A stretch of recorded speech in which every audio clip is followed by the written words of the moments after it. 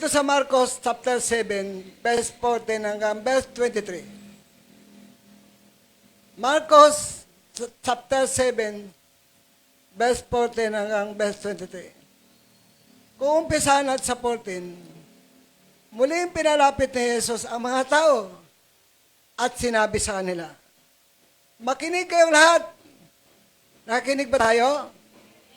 Makinig kayong lahat, sabi ng Panginoon, at unawain ang aking sasabihin. Intindihin ang aking sasabihin.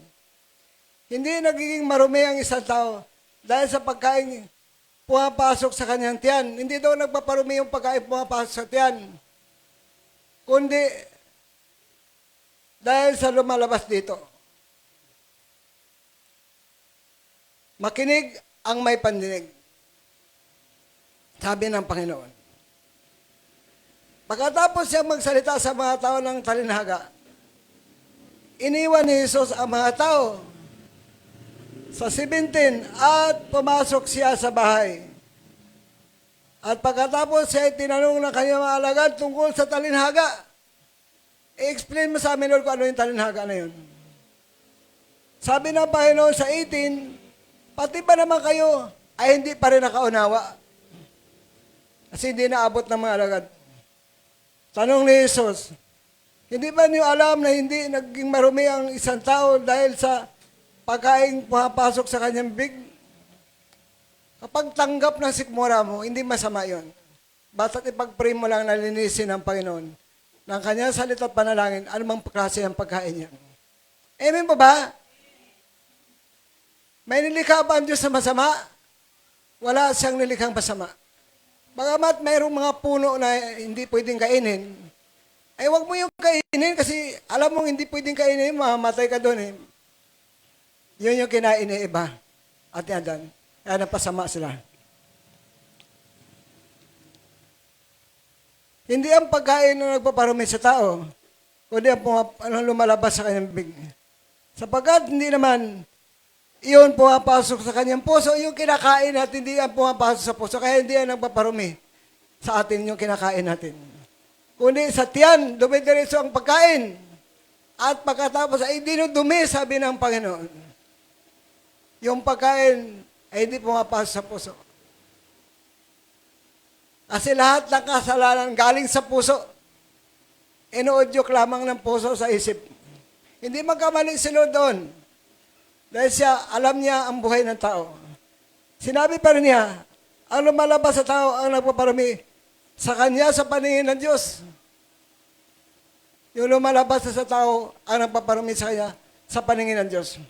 Sapagkat sa loob ng puso ng tao, nagmula ang masamang isipang nag-uudyok sa kanya upang makiapid.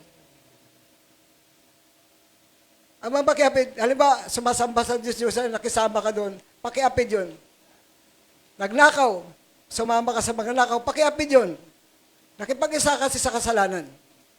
Pakiapid ang tawag doon. Pangalo niya. Pangalo niya. Ang magnakaw pala. Ang pangalawa, magnakaw. Alam na po natin, madali pong intindihin yung salitang magnakaw. Yung hindi sa'yo, at kinuha mo, ano tawag doon? Pag nanakaw yun kasi hindi sa'yo kinuha mo. Pagpatay. Ang pagpatay kasi dalawang klase, may intention at may self-defense. Ang pagpatay kasi, iniisip yan, pinaplano. Mga lunya, ay ba may asawa ka, umalis ka sa asawa mo, nakipagsiping ka sa iba, pangalo niya ang tawag doon. Kasi ano ba, kinasal kayong dalawa. Kapag namatay ang isa, saka lang ninyo may kalayaan. Hanggat buhay po yan, walang kalayaan. Kasi pinag-isa kayo sa Diyos at sa tao. Ibig sabihin ng pangalo niya. Kapag buhay pa yan, tapos nakipag-relasyon ka sa iba, pangalo niya ang tawag doon. Kasi buhay pa yung asawa mo. Amen? Kung mamatay na yung babae, malaya na yung lalaki. Kapag namatay na rin yung babae, malaya na rin ang lalaki. Pag namatay ang babae, malaya na rin ang lalaki. At kung namatay naman yung babae, malaya na rin ang lalaki. Yun ibig sabihin doon na kalayaan. Hanggat may buhay na isa, para silang buhay na dalawa, kinasal sila. At kapag nakipagrelasyon kasi, pangalo niya ang tawag doon. Walang lugar yon sa kaharian ng Diyos. Kahit anong pilit nyo, na ipagpilit nyo yung mga sarili. Matatago niyo sa tao, ngunit sa Diyos niyo matatago yan. Amen? Lahat ng kasalanan pwede mo itago sa tao. Po sa Diyos hindi mo kaya itago. Mag-imbot. Ang salita ng pag-imbot, yung pinagnasaan mo hindi sa'yo. Ano ba, yung asawa ng iba, pinagnasaan mo, yung kanyang baka, yung kanyang tupa, yung kanyang mga alilang lalaki at babae, yung ari-arian niya, pinagnasaan mo, pang-imbot, ang tawag doon, kasakiman yun. Ang tawag doon, kasakiman at pag-imbot. Kasi pinagnasaan mo hindi sa'yo. Yan ang ibig sabihin ng salitang pag-imbot. Gumawa ng kasamaan tulad ng pandaraya, galing din yan sa puso.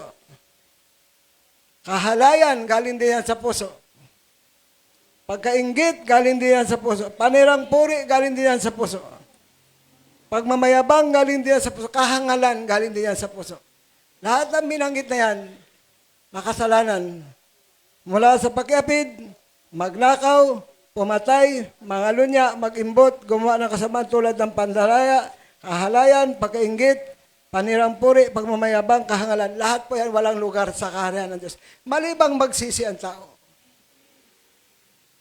Kaya nga ipinapangaral ang tungkol sa kasalanan para ang tao magsisi at magbalik loob sa Diyos para maligtas yan. Lahat ng kasalanan walang lugar sa kaharian ng Diyos. At napakarami pang mga kasalanan na ginagawa ng tao. Yan ang resulta ng pagsuway ni Adan sa Diyos.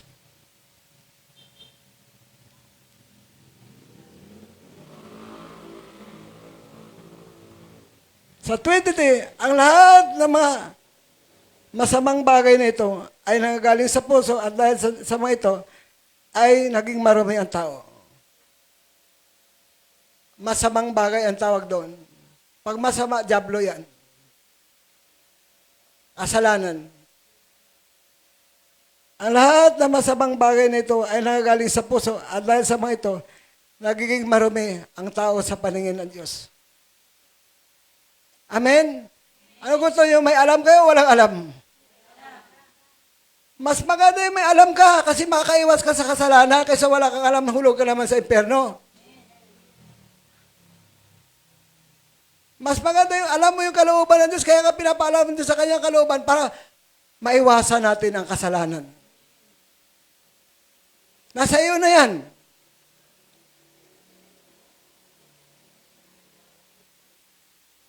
Kung paano mo sundin ang Panginoon.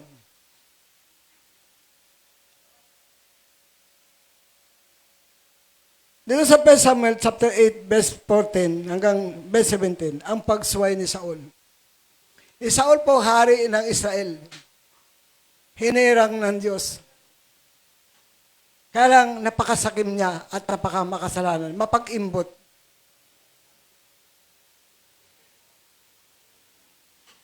Sa puso niya, ang laman ay kasakiman at pag-iimbot. Ito yung hari na binawian ng Diyos ng kanyang espiritu. At pinadalaw sa masamang espiritu. At pinahirapan siya ng masamang espiritu. Dahil sa kanyang kasakiman. Dahil sa kanyang walang hupas na pag-iimbot. Sa 14, kung umpisa natin, kukunin din niya ang pinakamaganda niyong bukirin. Ito yung ginagawa niya sa kanyang mga kababayan. Kinukuha niya yung pinakamagandang bukirin ng kanyang kababayan. Ubasan, taniman ng olibo. At ibigay sa kanyang mga opisyal. Yun ang kanyang gawain. Nagpapalakas sa tao, ngunit nagkakasala sila malaki sa Diyos. Sa verse 15, kukunin din niya ang kasampung bahagi ng inyong ani sa bukid at ubasan. Paibigay sa kanyang mga pinuno at opisyal sa palasyo. Nagpapalakas sa tao ngunit sa Diyos nagkakasala sila malaki. Yan ang kanyang gawain. Yung mga ani sa bukid, mga pinagbintahan, kukunin niya yung mga ikasampung bahagi noon. Yung mga ikasampung bahagi ng ubasan, kukunin din niya yun. At ibigay sa kanyang mga opisyal sa palasyo. Sobrang pagpapalakas niya sa tao, ngunit sa Diyos nakakasala siya ng malaki. Kasi ang kasakiman ng tawag doon, pag-iimbot. Pagkasa sa mga bagay, hindi niya pag-aari. Wala ka magawa, hari siya eh. Yan ang kanyang karakter. Dapat ang karakter natin maganda. Kukunin niya pati alila ninyo. Babae at lalaki. Kukunin niya yun. Kapag nagustuhan niya yung alila mo na babae at lalaki, kukunin niya yun. Pinakamaganda yung baka. Pinakamaganda yung kabayo. Pinakamaganda yung asno. Kukunin din yun. Upang magtrabaho sa kanya, yung lalaki at babae na yun. Kukunin din niya yung kasampung bahagi ng inyong kawan. Kasi ang kawan pag bininta, may kasampung bahagi doon ang sa Diyos. Kasi ang 10% doon sa Diyos, dinadala yun sa templo. At para yun sa naglilingkod sa templo. Kasi tipan ng Diyos yan eh. Sa mga naglilingkod sa templo, yung ikasampung bahagi. Pangako niyan. Para sa mga naglilingkod sa templo. Yung mga kawan na yon, lahat ng 10% na kukunin yun at bigay at gagawin niya kayong mga alipin. Yan ang kanyang ugali. Masamang paugali. Yung sobrang kasakiman at sobrang pag-iimbot. Dito sa 15 ng 1 Samuel 18 hanggang 23, inutusan sa ng Diyos na lipulin yung mga Amelisita. Dahil nung ilabas sa Diyos sa Ehipto ang Israel, ito yung nagpahirap yung mga Amelisita ito. Hindi nila iginalang ang Diyos. Hindi nila kinilala ang Diyos. Sinasalakay nila ang patalikod ang Israel. Kaya nagalit ang Diyos sa panahon ni Saul, pinalipol sila ng Diyos kay Saul. Inutusan sa Saul na, pumunta ka sa bayan ng Amalek at lipulin silang lahat. Dahil sa tindi ng galit ng Diyos, lalaki, babae, mga bata, mga sanggol. Bakit pati sanggol? Kasi nasa dugo ang rebellion. Kapag nabuhay yun, lalaban pa rin sa Diyos yun. Sobrang galit ng Diyos. Pati mga hayop, pinalilipo. 100% ang order. Lahat ng lalaki at babae, mga sanggol, ay lipulin. Kasi napuno na nga ang Diyos eh. Sobrang galit ng Diyos. Mayroon doon mga siniyo, pinaalis nila. Kasi ang mga siniyo kasi, tumulong yun sa Israel nung pumasok sila sa Kanaan.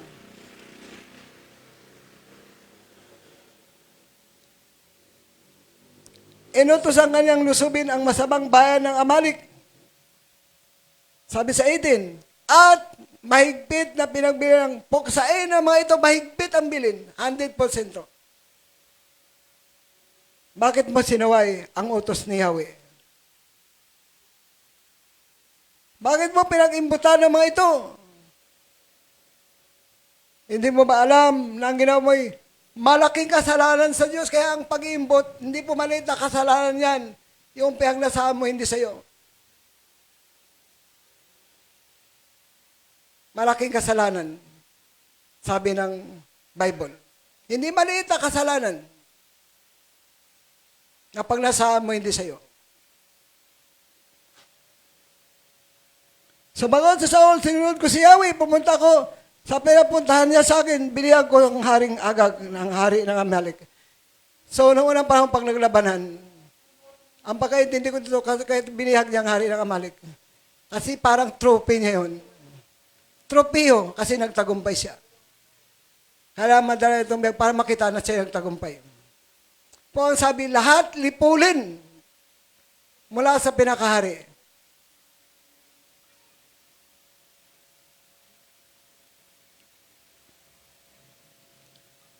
Binihag niya, binuhay niya. At ang mga Amilisita ay pinatay niya. Ngunit pinili ng mga tao ang pinakamainam na tupa at baka at hindi namin pinatay kasama ang iba. So yung mga tupa, mga baka na magaganda ang katawan, malusog, kinuha niya yun. At parang lumalabas siya na wala siyang kasalanan. Ang sabi niya, kinuha yan ng mga tao. Lumalabas sa pananagutan. Kung alam ng Diyos ang kanyang puso. Amen? Alam ng Diyos ang kanyang puso na talagang sakim siya at mapag-imbot. Hindi niya kayang kontrolin ang kanyang sarili sa pag-imbot.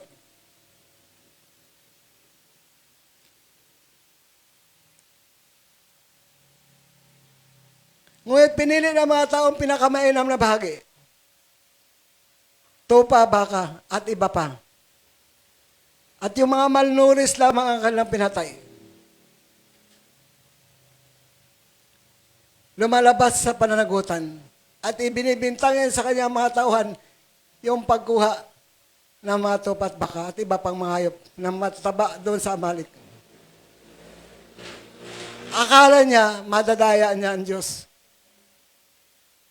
Tayong lahat din natin pwedeng dayain Diyos, nababasa ng Diyos ang ating mga isip at puso. Kasi hangin siya, spirit, humapasok yan sa ating kaloob-looban. Ang Diyos, espiritu. Katulad ng hangin na, di ba si Adan at iba, alabok pa lamang sila, hiningahan sila sa butas ng ilong at nagkaroon sila ng buhay. Ay yung hangin na yan, spirit yan. Kaya wala tayong may tatago sa Diyos. Kasi pumapasok yan sa ating kaloob-looban, pumapasok sa ating puso. Kaya nababasa niya ang laman ng ating puso.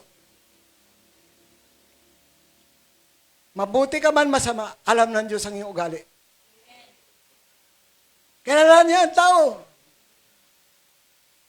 Kaya wala kang may tatago sa Diyos. Alam din niya ang ating mga pangailangan kasi siya po'y Diyos, Espiritu.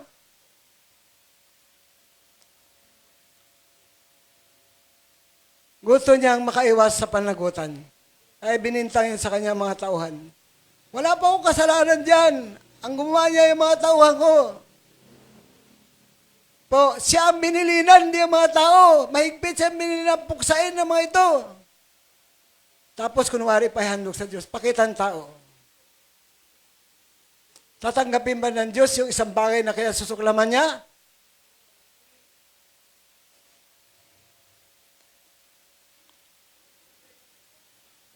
Hindi niya tatanggapin yun. Ang pinatay lang nila kasama ng iba pa. Sa halip, inuwi namin sa Gilgal upang ihandog sa Diyos. Mapagkunwaring paghandog. Hindi totoong paghandog. Kasi pwede naman sila maghandog talaga yung galing talaga sa kanila. Kasi hari siya pwede siya kumuha doon sa kanyang mga tupa at baka. Mayaman siya, hari siya. Kaya lang dahil sa sakit niya, parang kanser ang kanyang sakit. Yung sobrang mapag-imbot, mapagnasa sa hindi sa kanya. Dahil sa kawalan niya ng panampalata sa Diyos, kaya yun, ingatan yung inyong panampalata na huwag mawala sa inyong mga puso. Kasi pag nawala yan, iiral sa iyo ang kasinungalingan, iiral sa iyo ang pag-imbot at kasakiman. Amen po ba? Kasi pag wala ka ng panampalata, hindi ka nasusunod sa Diyos. Kaya nalulugod lamang ang Diyos sa taong may panampalata, kung sa hindi panampalata, di siya nalulugod. Ibig sabihin ng panampalata, pagtitiwala sa Diyos. Aniwala ka sa kanyang salita. Amen? Aniwala pa kayo sa salita ng Diyos? Dapat maging totoo ang inyong paniniwala. Dapat nagbabasa ka. Paano ka naniwala hindi ka ba nagbabasa?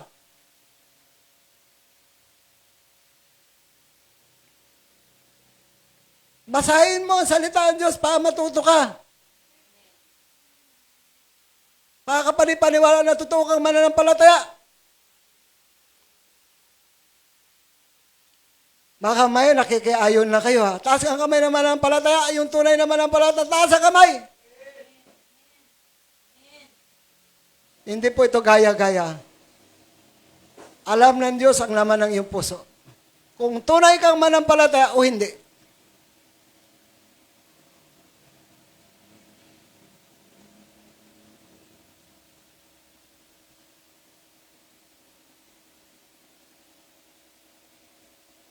Sinabi ni Samuel, akala mo ba higit na magustuhan ni Yahweh ang handog at hain kaysa pagsunod sa Kanya? Mas mabuti ang pagsunod. Sabi ni Propeta Samuel. So hindi nagkukulang dito ang Diyos kasi may propeta siya na tagapag-correct ng kanyang kamalian. May bantay siya. Pag nagkamali siya, mali yan. Huwag ka mag-imbot, huwag ka mag-isakim. Dahil matigas sa kanyang puso, binabaliwala niyang pagtuturo ng propeta sa kanya. Kayo, pag nakapakinig ba kayo ng salita, Diyos, sumusunod ba kayo? Kasi pagtutuwid yan, pagdidisiplina, itinatama ang buhay natin. At kapag tayo sumunod sa Diyos, tayo makikinabang, tayo magbibinipisyo. Ba't ka pa maging sakim? Ba't ka pa mag-imot? Ang Diyos may pangako. Ang daming pangako ng Diyos sa Biblia patungkol sa kasaganaan. I-claim mo lang yun, paniwala at sundin, mamuhay ka na may kabanalan sa harapan ng Diyos. Maging totoo ka lang.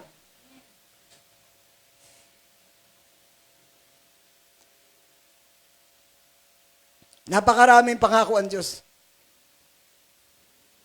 Pag nagbabasa ka ng Bible, na dapat mo i-claim lagi, i-receive, paniwalaan, tanggapin, na mayroong panampalataya sa iyong buhay.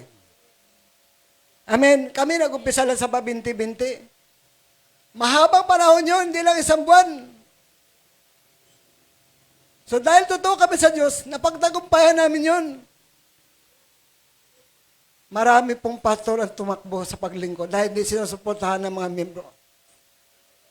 Hindi na natagalan yung kahirapan.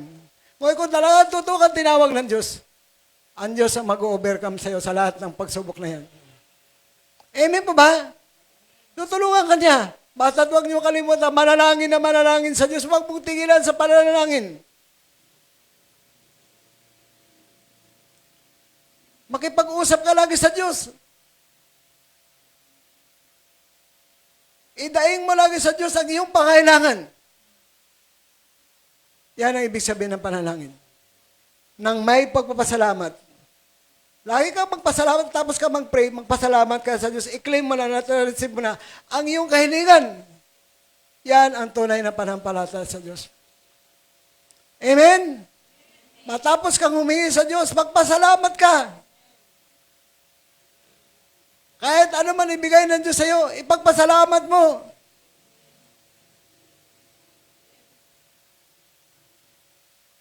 Kasi maring yun ang proseso ng Diyos sa iyo.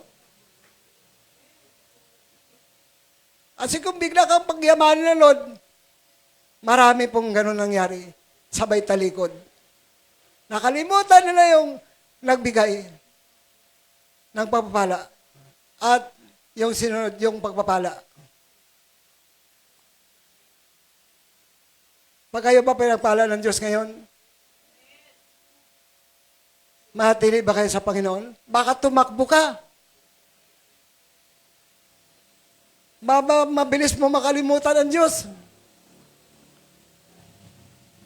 Kasi hindi ka na magpipray, andyan na lahat eh.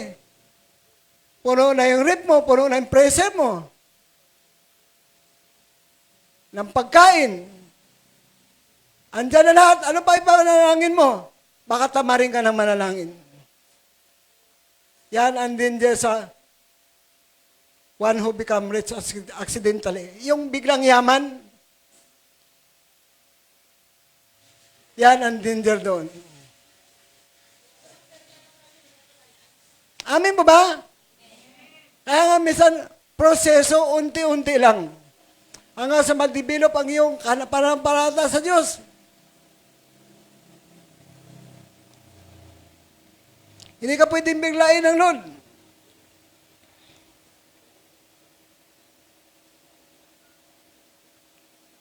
Mas mabuti ang pagsunod kaysa handog at ang pakinig ay higit. yung pakinig ay higit sa haing taba ng tupa. Kasi ang taba ng tupa, sinusunog yan, sinasabi ng Diyos yan noong unang panahon. At kapag nasabi ng Diyos, tama ang puso mo, tama yung handog mo, tama yung alay mo, nalulugod ng Diyos sa'yo. Paano tanggapin ng Diyos sa kanyang handog? Kasi galing sa pag-iimbot. Galing sa kasakiman. Ang pagsuway kasi sama ng pangkukulam.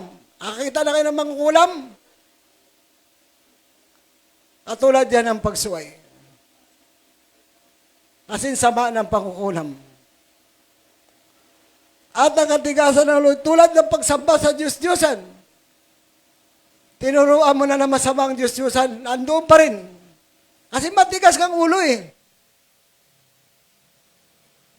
Ulit-ulit masama ang Diyos-Diyosan. Impero ang bagsakya kasi hindi naman totoong Diyos yan eh. Ang gawa ng kamay ng tao, hindi po totoong Diyos.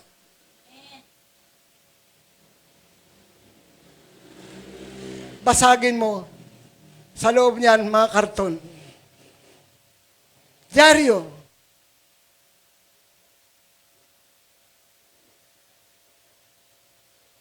Kasi hindi nga po totoong Diyos yun, binibinta. Swerte daw. Kung swerte mo, ba't mo ba ibibigay sa iba?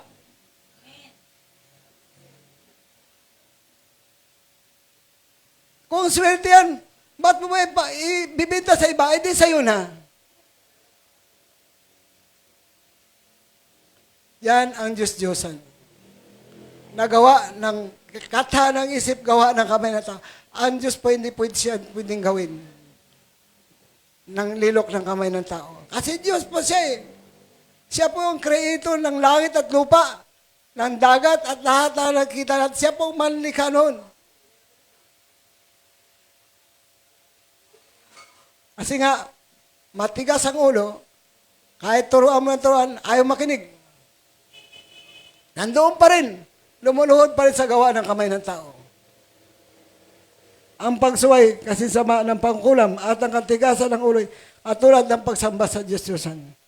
Sapagkat itinakwil mo ang salita ng Panginoon, itatakwil ka rin niya. So dito yung time na tinakwil sa Diyos dahil sa kanyang kasakiman at pag-imbot. Pagnanasa ng mga hindi pag-aari niya. Pinadalaw sa nalod sa masamang espiritu at inalis ng Diyos ang kanyang espiritu kay Saul. Kaya si Saul pinahirapan ng masamang espiritu. Pumatay siya ng mga pari. Naging mainggitin siya. Iba't ibang espiritu ang pumasok sa kanya. Selos kay David. Pagpatay. Pagkainggit. Hanggang sa 31, ang ending ng buhay ni Saul, ng paglaban nila ng mga Pilisteo, pinabayaan siya ng Diyos. Tinamaan siya ng para ng Pilisteo at malubhang na sugatan. At sinabi niya sa kanyang mga bataan, saksakin mo na ako kasi baka abutin pa ako ng mga paganong yan.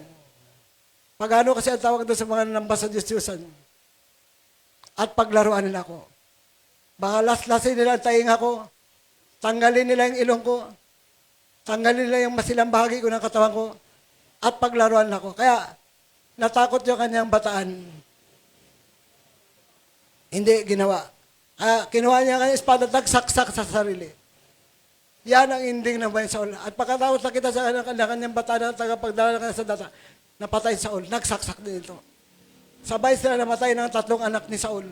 At ng kanyang buong hukbo na talo. Kasi dahil sa kiban at sa pag-iimbot. Ayaw niya magsisi. Ayaw niyang talikuran ng kasalanan. Naging matigas sa kanyang puso. Yan ang hindi ng buhay ni Saul. 1 Samuel chapter 31.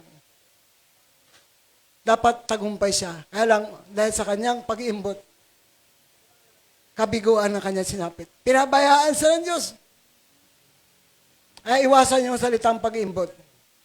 Pagnanasa ng mga bagay na sa Exodus 20 verse 17, huwag mong magnasama ang kinang ari-arian ng iyong kapwa, ang kanyang asawa, ang kanyang baka, ang kanyang tupa, ang kanyang alilang lalaki at babae, at lahat ng pag-aari niya, huwag mong magnasaan.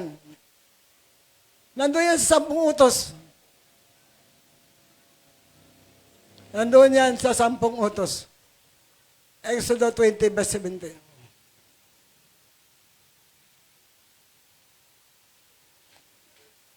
Kasalanang malaki sa Diyos ang pag-iimbot. Yung ika-10 bahagi, dinadala yan sa templo. Hindi para sa tao. Na hindi naglilingkod sa Diyos. Para yan sa mga naglilingkod sa templo. Si Abraham, nagbigay ng ika-10 bahagi kay Melchizedek, hari ng Salim. Si Abraham ang modelo natin. Genesis chapter 14, verse 20. Si Jacob, Genesis 28, verse 22. Nagbigay na kanyang 10 bahagi sa Diyos. Sa Levitico 27, verse 30. Lahat ay ika-10 bahagi ng lupain. Lahat ng produkto ng lupain, maging bunga ng pananim, ay sa Panginoon nakalaan. Ibig sabihin, handog yan sa Diyos. Pag-aari ng Diyos. Ano gusto nyo? Wala kang alam, may alam ka. Mas maganda yung may alam ka kasi nakasunod ka. Kasi hindi mo alam ang kalooban ng Diyos. Nakapamakan pala sa sapitin ng kaluluwa mo pagdating ng ending ng buhay o katapusan ng buhay.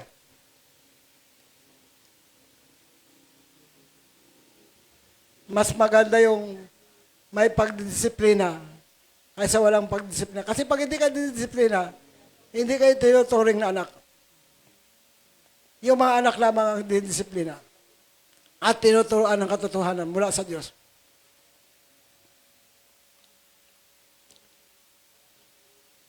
Ito naman, pag-aaralan naman natin yung ang kasalanan ni Akan. Si Akan po isang leader ng Israel. Si Akan po isang leader ng Israel. Nung ipakonquer sa kanila ng Diyos ang Jericho. Kasi ang Jericho, abot langit ang pader. Napakataas, kaya mahirap pasukin yun. Pag ginuho ito ng Diyos sa pamagitan ng kanyang kapangyarihan, bago sila makapasok sa Jericho, 10 ng kahari nito, maluluping nila. Ang bili ng Diyos. Lahat na masumpungan doong ginto, pelak, tanso, bakal. Wasakin at ihandog sa Diyos. Yan ang pinakabilin sa kanila. Lahat ng ginto, pelak, tanso, bakal. Wasakin at ihandog sa Diyos. Ngunit si Akan ay natukso ni Satanas. Maging si Saul, panukso din sa Satanas. Yung gusto kasi si Satanas, lumaban tayo sa Diyos. Hindi tayo sumunod sa Diyos. Kasi siya, rebelde siya sa Diyos. Siya ang pasimula ng kasalanan. Siya ang pasimula ng rebellion. Ang demonyo, si Satanas. Sa 20, Joshua chapter 7, verse 20, sumagot siya, Akan, totoo ngang nakasala ako kay Yahweh, ang Diyos ng Israel. Sa mga bagay na samsam ko mula sa Jericho, may nakita akong mamahaling balabal na yari sa Babylonia. Halos 8 librang pilak. At isang baritang ginto. Mahigit pang 2 libra. Kinuha ko ang mayon at ibinaon sa lupa sa loob ng aking tolda na sa kalaliman ang pilak. Pag-iimbot nito. Pagkuha sa mga bagay na sa Diyos. Eh kung sa tao nga, bawal pag-imbutan, ang sa Diyos pa kaya? Kung sa tao nga, kasalanan na, pag nasaan mo yung pag-aari ng iba, ang pag-aari pa kaya ng Diyos. Ang ending ng buhay ni Akan, nadamay ang kanyang asawa, anak, mga kabayo, topa. Pinagbabato sila hanggang mamatay. At sinunog. Doon lamang nawala ang galit ng Diyos kasi natalo sila ng isang bansang maliit lang. Na 3,000 kawal ng piyada, yung bansang ay nalagasan sila ng mga kawal. Dahil sa may kasama silang mapag-imbot, may kasama silang makasalanan. Kaya hindi sila makaharap sa kanila makaway kasi kasama nila yung mga makasalanan. Himpi habang binabaon sa lupa, Kausap niya asawa niya, kausap niya mga anak niya. Parang walang pinagawa doon si Solomon ang asawa ng 1,000. Wala man ang isang matalino sa asawa niya. Wala man lang sabi ko Solomon, masama ang Diyos-Diyosan. Sa 1,000 na yon, puro mangmang. Wala man lang nagsabi na masama ang Diyos-Diyosan. Wala man lang nagsabi kay akin, kasalanan sa Diyos yan. Ginawa mo na yan. Kaya nadamay sila. Kasama kasi sila doon sa plano na yun ng pagtago ng ginto at pilak na yun. Involved sila. Nakakasama silang pinasahan ng Diyos. Amen po ba? Ay kayo pag may nagkasala sa pamilya, huwag kayong makisama. Para maiwas ka sa parusa ng Diyos. Maiwas ka sa consequence. Huwag kang makipag-isa sa maling ginagawa ng tao. Manindigan ka sa tama. Kung mali, mali. Yung para sa Diyos ay para sa Diyos. Ang para sa tao ay para sa tao. Kunin mo yung para sa iyo, ibalik mo para sa Diyos. Kaano man kalaki ang income mo. Kasi meron namang kaunti lang income tapat. Merong malalaki income talagang hindi nagtatapat.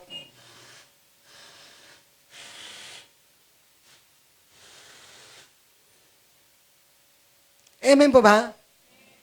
Yung puso natin, ingatan nyo. Kasi yan ang ating depensa pagdating ng huling panahon. Kasi nandyan yung ating panampalataya. Kapag nawala ang iyong panampalataya, sigurado susuway ka sa Diyos. At absent ka ng absent, nawala ang salita niyo sa puso mo. Dahilan ka ng dahilan, alam mo yung totoong lingkod ng Diyos, kahit maulan yan, kahit mainit yan. Kasi nais ng Diyos makipagtipon sa atin. Nais din ng Diyos makipagtipon tayo sa Kanya. Hebreo 10:25. At rin or yan, hindi mo yan ramdam kung totoo ka sa Diyos. Samba sa samba ka sa Diyos. Maulan man yan, mainit man yan. Kapag tapat ka sa Diyos, sasamba ka sa Diyos. Kasi wala namang kambing dito eh. May kambing ba dito? Yung kambing takot sa ulan yan. May kambing ba dito? Kunting ulan lang ay takot. Mihi. Tatakbo na agad. Amen? Ganyan ang kambing. Takot sa ambon pa lang. Kumukaripas na yan.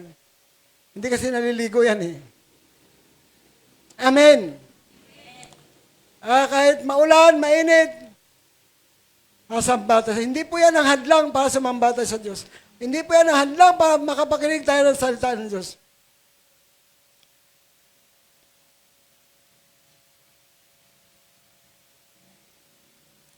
Dalawang tao ang ganyan ba? At iba pa ng pakarami pang mga suwail sa Diyos. Kapag binabasa mo yung mga hari, ilan lamang ang tapat sa Diyos. Lahat, suwail. Ang pagsamba sa Diyos-Diyosan ay kasalanan din. Yun din dahil kung bakit pinalupig sila sa ibang bansa dahil sa pagtalikod sa Diyos. Sumamba sila sa mga gawa ng kamay ng tao.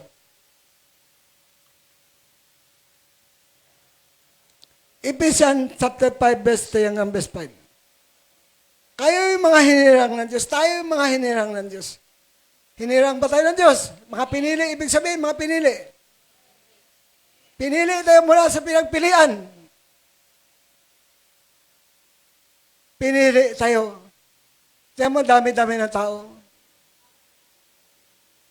Pinili ka ng Diyos mula sa karamihan. Ano ginagawa ng marami? Baliwala sa lang ayaw ng pagsamba sa Diyos.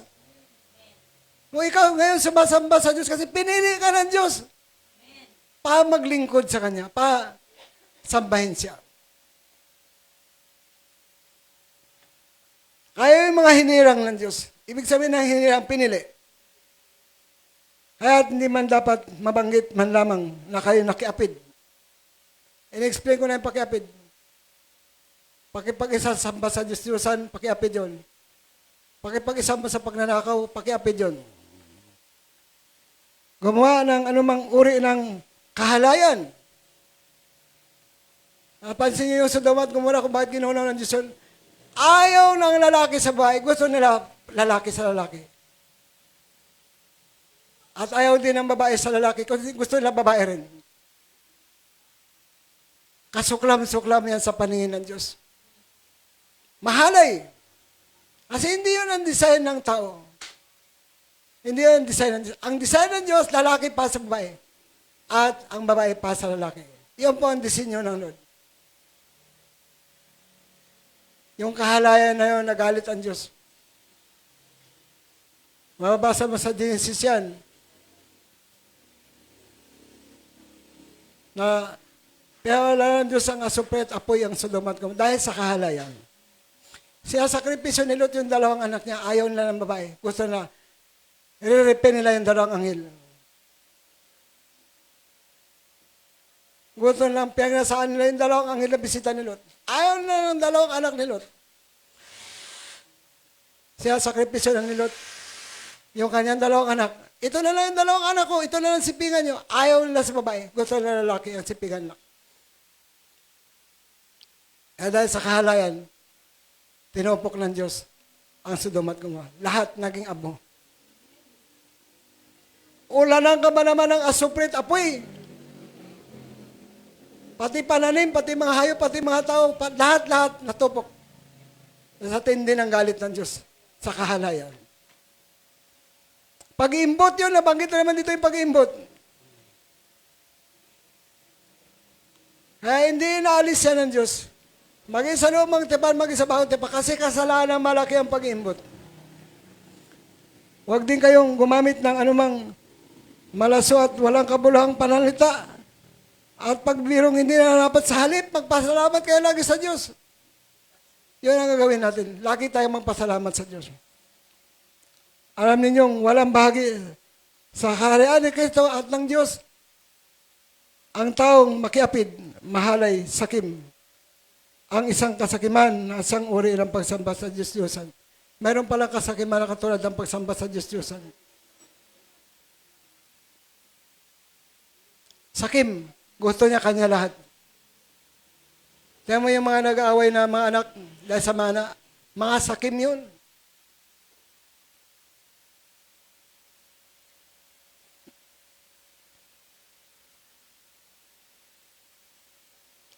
Mga madadamot,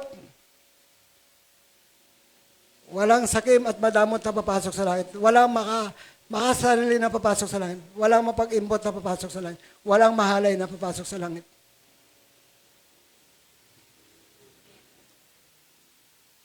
Hebrews chapter 3, verse 12 hanggang 13. Mga kapatid, ingatan niyong huwag magkaroon ang sinuman sa inyo ng pusong masama. Ay ingatan mo ang puso mo, huwag maging masama ang puso mo. Ingatan mo ang iyong puso na huwag maging masama. At walang panampalata, o mawala ang panampalata dyan sa puso mo, ingatan mo ang puso mo. Na siyang maglayo sa inyo sa Diyos ng buhay. Kasi pag nawala ang panampalata mo, malalayo ka sa Diyos ng buhay. Yan ang maglalayo sa iyo kapag nawala ang iyong panampalata sa Diyos. Sa halip, magpaalalahanan kayo araw-araw. Araw-araw magpaalalahanan. Hindi kaya magsasawa kapag araw-araw ka pinaalalahanan. Yung iba, masakit daw taingan lang pag araw-araw pinapaalalahanan. Kung sabi dito, magpaalalahanan kayo araw-araw. Habang may panahon pa. At wag, habang ang panahon ay matawag pa ngayon. So, araw-araw tayo magpalalahanan. Kasi mahal tayo ng Diyos. Ayaw ng Diyos malayo tayo sa Kanya. Ayaw ng Diyos magkasala sa Kanya. Upang walang sinumang madaya sa inyo ng kasalanan at sa gayoy maging matigas ang puso. Kasi pag binabaliwala mo ang salita ng Diyos, tumitigas ang puso ng tao. Ito patungkol to sa bansang Israel. As napakinggan lang ang aral ng Panginoon. Ngunit hindi na napakinabangan nyo ng pakinggan lang. Kasi hindi na tinanggap na may panampalataya. Mabasa mo sa chapter 4, verse 2. ng Hebreo. Maraming napahamak sa mga Israelita dahil sa katigasan ng puso. May kautosan na silang sinasunod, hindi pala sinasunod. Dahil matigas nga ang puso eh. Dahil pinabayaan nila ang salita ng Diyos sa kanilang puso. Kaya tumigas ang kanilang mga puso. Na napahamak ang marami. Sa 12 tribes, 12 tribo, 2 tribo lang nakapasok sa Kanaan, tribo lang ni Josue at ni Caleb. Si Caleb, hindi pa Israelita yun. Yun ay Sineo. Pang Chinese yata yung lahi ni Caleb. Hindi siya Israelita. Sineo ang lahi ni Caleb. Well, tapat si Caleb sa Diyos. 2 tribo lang pumasok sa 12 tribes na yun na tribo. 12 lahi. 2 lang pumasok sa Kanaan. Nasala yun. At yung mga matigas ang puso, namatay sa ilang. Pinagtutuklaw sila ng ahas, na makamandag, pinatay ng mga anghel na mamumuksa.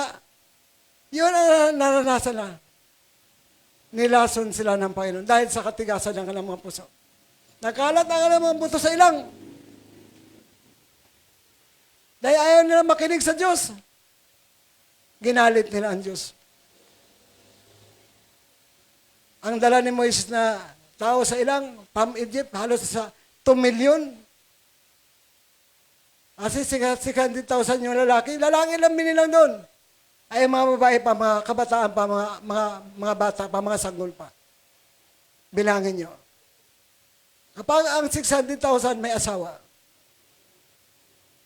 higit na 1 milyon yun. Yung mga kabataan pa, yung mga sanggol pa. Hindi madaling dalhin ang tao. Lapat mga rebelde ang kasama mo. Ay si Moises nga, sumuko eh. Nahirapan ng sobra si Moises, dalhin yung mga rebelde.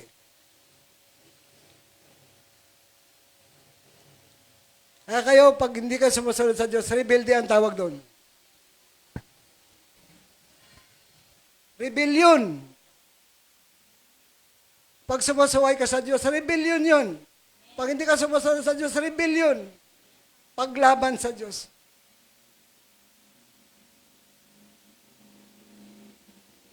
Ay ba, simple lang. Yung pagtitipon, dahil sa Diyos makipagtipon sa atin. Gusto niya makipagtipon sa atin. Pag hindi mo ginawa yan, rebellion din yan eh, kasi utos yan eh. Hebreo 10:25. Minsan binabaliwala natin ang salita ng Diyos. Dahil matigas ang ating puso. Ang iba nakapokus sa trabaho, sa negosyo. Hindi ka maligtas ang negosyo mo, hindi ka maligtas sa trabaho mo. Kaya naiaral ko na karasandi. Hindi ko mo nakatapos ka ng pag-aaral mo. Tagumpay ka na. May malaki ka sa sahod, tagumpay ka. Hindi yun ang tagumpay. Hindi ko mo nakatapos ka ng pag-aaral mo, may malaking negosyo ka. Hindi yun ang tagumpay. Ang tagumpay, yung maabot mo, ang pangarap ng Diyos sa'yo. Ang tagumpay, yung maabot mo, yung plano ng Diyos sa'yo. Yung makahati ka sa kalwalhatian ni Kristo. Yan ang tunay na tagumpay. Amen? Yung maabot mo yung pangarap ng Diyos sa'yo at makahati ka sa kalwalhatian ni Kristo. Yan yung tunay na tagumpay. Yung maarating mo yung tunay na buhay na walang hanggan. Yun yung tunay na tagumpay. Hindi yung nakatapos ka sa pag-aaral. May matatag ang trabaho. May malaki kang sweldo. Hindi yun ang tunay na tagumpay. Nakatapos ka sa pag-aaral mo, may matatag ang negosyo. Hindi yun ang tunay na tagumpay kasi pandito lang sa lupa yan, pansamantala lang yan, hindi yan pang forever. Lahat yan kukupas, pati ikaw, mawala.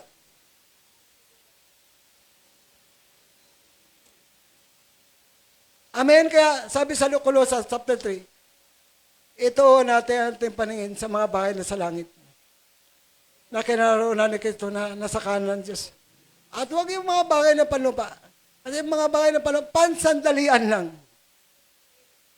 Ilang taong ka mabubuhay sa mundo? 80? 90? 100? Makatapos mamatay? Bihira na yata na kay 100 ngayon. Sabi ni David sa awit 90, 70 hanggang 80. Kung malakas 80. Hinula na rin David yun. Isang propeta ng Diyos. 70 hanggang 80. Pag malakas 80. Sa edad mo na yun na pagsilang mo, kung nabubuhay ka man, hanggang sa pagtanda mo, umedad ka ng 60, dapat tumibay ang iyong pananalig sa Diyos. Dapat sumusunod ka sa utos ng Diyos. Dapat naging tapat ka sa Diyos. Dapat naglilingkod ka sa Diyos. Yan ang samantalahin mo. Ang kayamanan, kasiyahan din yan ng tao. Bigay yan ng Diyos. Kaya lang huwag mo yung mahalin. Kasi pang sandalian lang yan. Nagbibigay din ng kasiyahan ng kayamanan. At yan din naman talaga ang pangako ng Diyos sa kanyang mga anak. Sa mga lahi ni Abraham. Romans chapter 4 verse 13. Nangako ang Diyos kay Abraham na ang lahi niya ang magmamana ng buong mundo. At nangako ang Diyos kay Abraham, Galatians chapter 3, verse 13, verse 14, na makamit na mahintil ang pagpapala dahil sa pananalig kay Kristo Jesus. At ang Holy Ghost, ang Holy Spirit, makamit din sa pamagitan ng pananalig kay Kristo Jesus. At ang John 10:10 na palito ang Panginoon, dalawa kasi na palito sa Satanas para pamatay, manira at mamuksa. Sirain ang buhay ng tao, puksain ng tao, patayin ng tao. Yan ang misyon ni Satanas sa mundo. Ngayon na palito sa Kristo para magdala ng buhay sa langit at buhay na masaganang lubos. O abundant blessing. Yun ang i-claim mo, i-receive mo lagi. Maraming pangako ang Diyos. Na kapag hindi ka nababasa ng Bible, hindi mo makikita yun. Kaya ang tao, minsan nagdidepende sa kanyang lakas. Nabigay lang ng Panginoon sa kanya.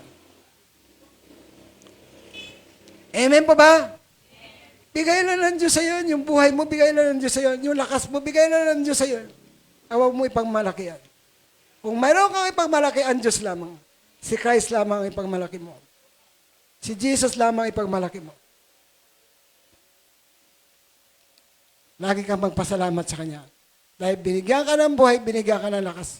Huwag kang maging palalo. Huwag kang maging mayabang. Huwag kang maging hangal. Sa harapan ng Diyos.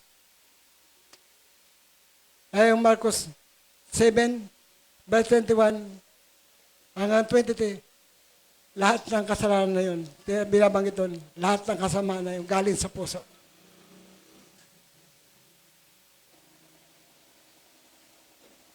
At inuudyok ng puso sa isip. At kapag nasa isip na yan, ginagawa na ng kamay ng tao. Amen po ba? Hindi magkamali si Lord na lahat ng kasalanan galing sa puso. Lahat ng puso ng tao nababasa niya. At sinabi ko, ang Diyos, Espiritu. Noong likhain siya at iba, hiningahan sa ilong. Ay, yung buntong hininga natin, alam ng Diyos. Kasi yung hininga ng Diyos, nasa atin. Alam niya, pagpasok yan sa ilong natin, papasok sa puso natin, sa mga ugat natin. May matatago ka ba sa Diyos? Kung nagsisinungaling ka, may matatago ka ba sa Diyos? Kung nag-iimbot ka, may matatago ka ba sa Diyos? Wala kang may tatago sa Diyos dahil basa ng Diyos ang ating isip at puso.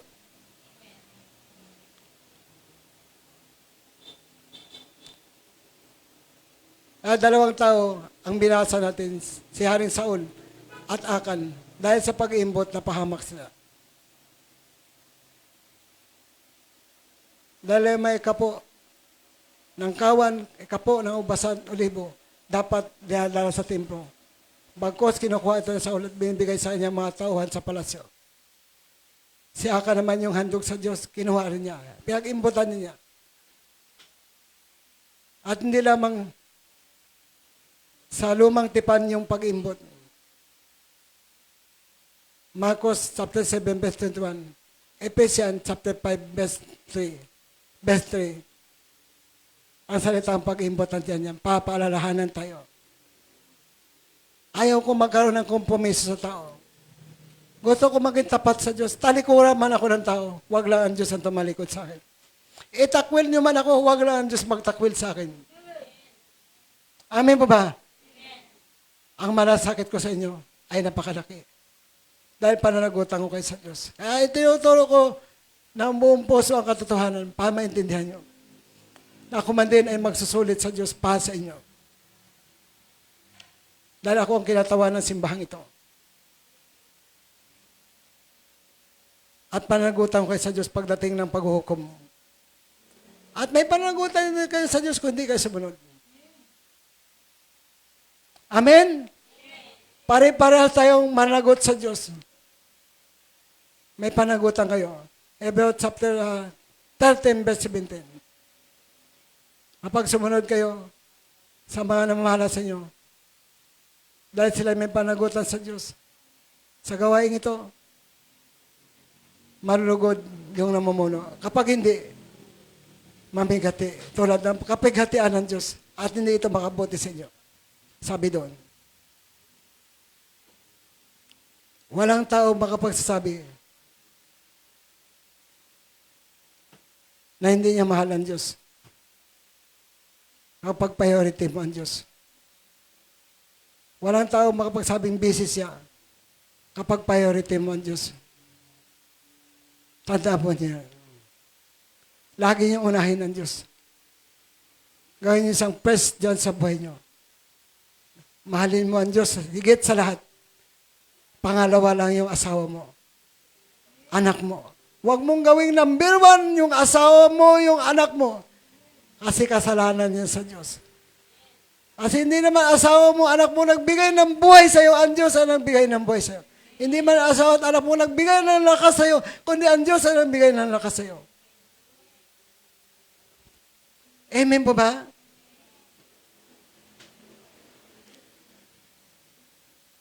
Huwag kayo magsilos mga asawa.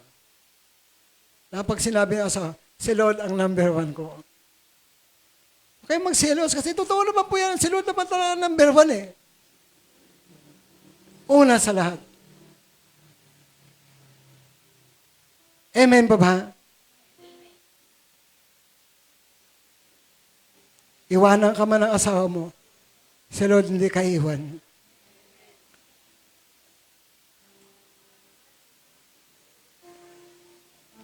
Mahalaga ang katapatan sa Diyos. Paging totoo sa Diyos, mahalaga ang panampalataya. Mahalaga ang pag-ibig sa Diyos. Mahalaga ang pagsunod sa Diyos. Mahalaga ang katapatan sa Diyos. Mahalaga ang paglilingkod sa Diyos.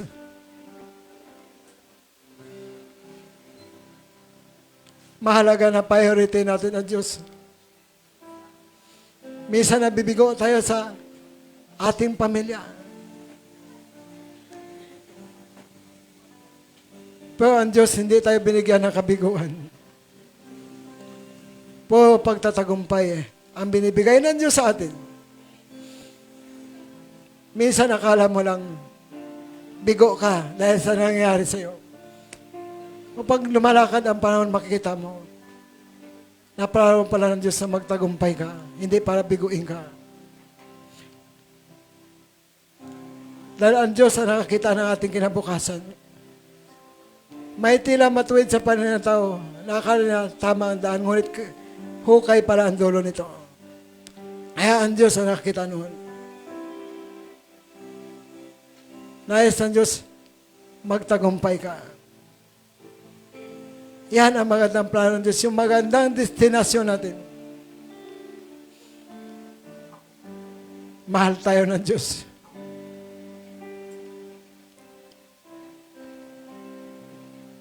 Hindi niya gusto na magsisi tayo bandang huli. Kaya ngayon pa lang, ang kabiguan, hindi kabiguan, kundi tagumpay.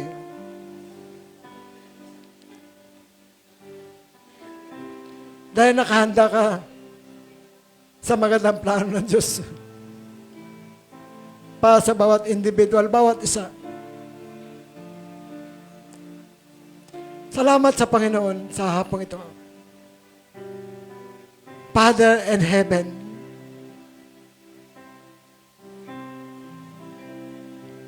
lumalapit kami sa iyo. Nagpapakumbaba. Ako po'y manalangin. Sumunod kayo sa maiksing panalangin ng pagsuko ng buhay sa Diyos at paghingi ng tawad sa Diyos. Ipalinis sa Diyos ang ating